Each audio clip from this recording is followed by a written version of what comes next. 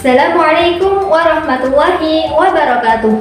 Halo, apa kabar semuanya? Semoga sehat selalu ya. Di video kali ini kita akan belajar tentang pidato. Nah, tujuan dari pembelajaran kita hari ini adalah agar kalian mampu menyimpulkan struktur teks pidato dan menulis teks pidato dengan baik. Jadi, garis besar pembelajaran kita hari ini adalah tentang pengertian pidato, struktur membangun teks pidato, dan menulis teks pidato. Sebelum ke materi, yuk siapkan buku catatan kalian dan alat tulismu. Nah, teks pidato ini sangat penting kalian pahami karena dalam pembelajaran sehari-hari, kalian pasti akan sering bertemu dengan kegiatan berbicara di depan umum, khususnya dalam presentasi, diskusi, debat, atau mungkin dalam kegiatan sekolah seperti pidato kepala sekolah dalam upacara bendera, pidato perpisahan, bahkan pidato ketua OSIS terpilih. Nah, jadi apa itu pidato? Pidato merupakan kegiatan mengungkapkan pikiran dalam bentuk kata-kata yang ditujukan pada orang banyak. Nah, penyampaian pidato tidak lempeng-lempeng saja seperti membaca, tetapi cara menyampaikan pidato ini dalam bentuk ekspresi wajah, ada juga intonasi suara dan juga gestur tubuh. Ada bermacam-macam jenis pidato, diantaranya pidato sambutan, biasanya saat upacara bendera, ada sambutan kepala sekolah. Lalu pidato perpisahan, biasanya saat perpisahan dari kelas 9, ada salah satu perwakilan dari kelas 9 yang menyampaikan pidato perpisahan. Yang ketiga ada pidato peresmian, disampaikan saat peresmian jembatan, gedung, atau dan lain sebagainya. Dan juga ada pidato ajakan, seperti marilah kita melestarikan lingkungan, seperti ajakan pada kita untuk melakukan sesuatu. Nah, pidato ini memiliki bermacam-macam tujuan, diantaranya memberi informasi dan mengajak orang-orang untuk melakukan sesuatu.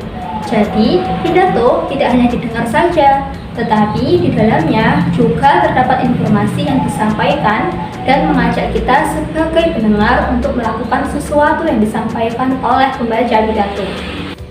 Misalnya, pada sambutan ketika upacara bendera tidak hanya didengarkan saja, tetapi kita juga harus memahami ada informasinya apa dan mengajak kita untuk apa. Begitu juga dalam pidato peresmian, tidak hanya menginformasikan tentang peresmian sesuatu, tetapi mungkin juga mengajak kita untuk merawat gedung yang sudah diresmikan untuk tetap bersih dan dihindarkan dari berbagai macam kerusakan. Nah, tadi kita sudah membahas tentang pengertian pidato. Materi selanjutnya kita akan membahas tentang struktur teks pidato. Ada 3 bagian dalam struktur teks pidato, yaitu pembukaan, bagian isi, dan juga bagian penutup. Nah, bagian struktur yang pertama ada pembukaan. Nah, dalam pembukaan teks pidato terdiri dari 3 bagian. Yang pertama ada salam pembuka, yang kedua ada salam penghormatan, dan yang ketiga ada ucapan syukur. Lalu yang kedua ada isi pidato. Nah, bagian ini merupakan bagian paling penting dalam pidato karena mengandung inti dari sesuatu yang akan disampaikan. Lalu struktur yang ketiga ada penutup pidato. Nah, bagian akhir dari sebuah pidato yang baik ini biasanya berisi kesimpulan secara ringkas dari materi yang telah dijelaskan, lalu ada ucapan terima kasih, permintaan maaf, dan juga salam penutup. Selanjutnya ada fakta, data, dan juga kata-kata ilmiah dalam pidato. Jadi, ketika kita berpidato, kita juga harus menyampaikan data dan fakta agar pendengar tertarik mendengarkan pidato sampai selesai. Nah, apa itu fakta? Fakta itu artinya sesuatu yang sudah pasti dan dapat dibuktikan kebenarannya. Jadi, ketika kalian menyampaikan pidato, sampaikan dengan pasti. Contohnya, seperti kalimat, saat ini sampah sudah menjadi masalah yang memprihatinkan dalam kehidupan.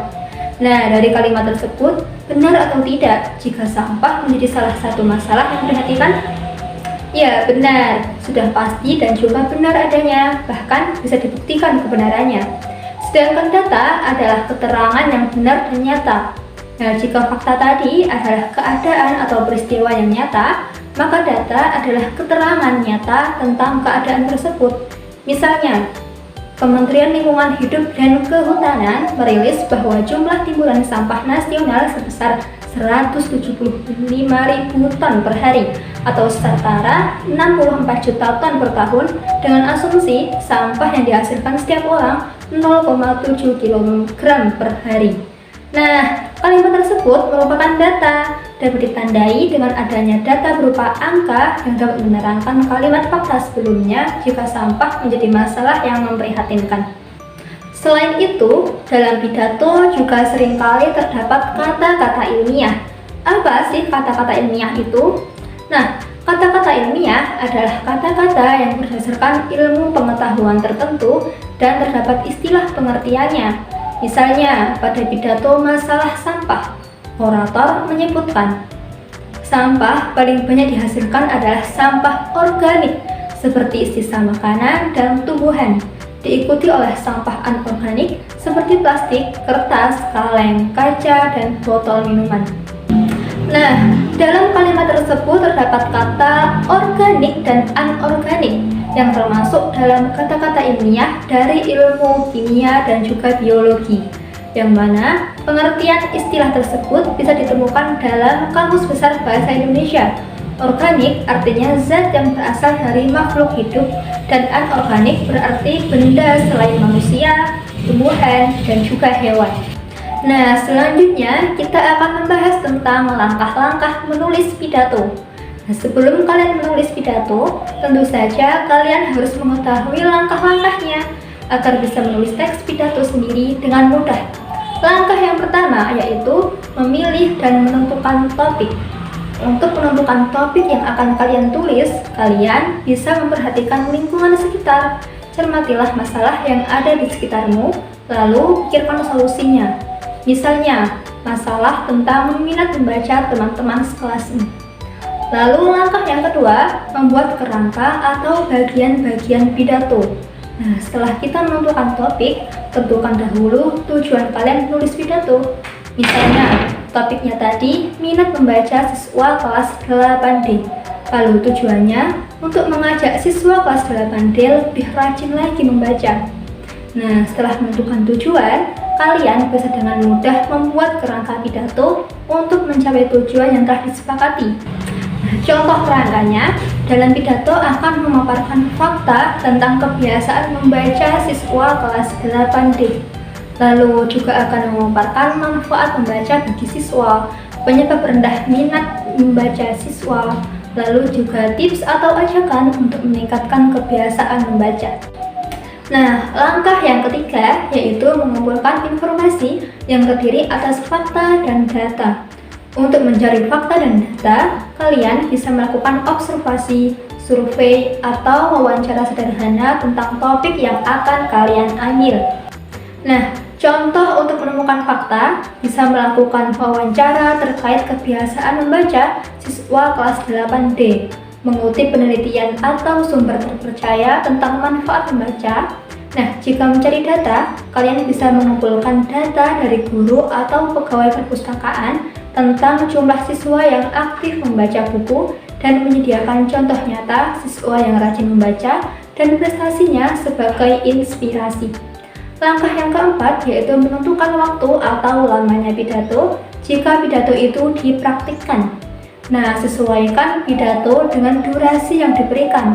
Untuk mengetahui durasi pidato kalian, kalian bisa membaca teks pidato kalian terlebih dahulu. Jika durasinya terlalu panjang, kalian bisa memangkas kalimat yang tidak begitu penting. Nah, setelah semua informasi terkumpul, langkah yang terakhir adalah menulis pidato. Untuk menulis pidato, sesuaikan dengan struktur pidato yang telah kita bahas pada materi awal tadi, yaitu harus runtut mulai dari pembukaan, isi, dan juga penutup. Dengan mengikuti langkah-langkah ini, pidato akan tersusun dengan baik dan juga efektif. Nah, sekian pembelajaran kita hari ini tentang menulis teks pidato. Semoga kalian dapat memahami dengan baik ya. Sampai jumpa di pembelajaran berikutnya. Wassalamualaikum warahmatullahi wabarakatuh.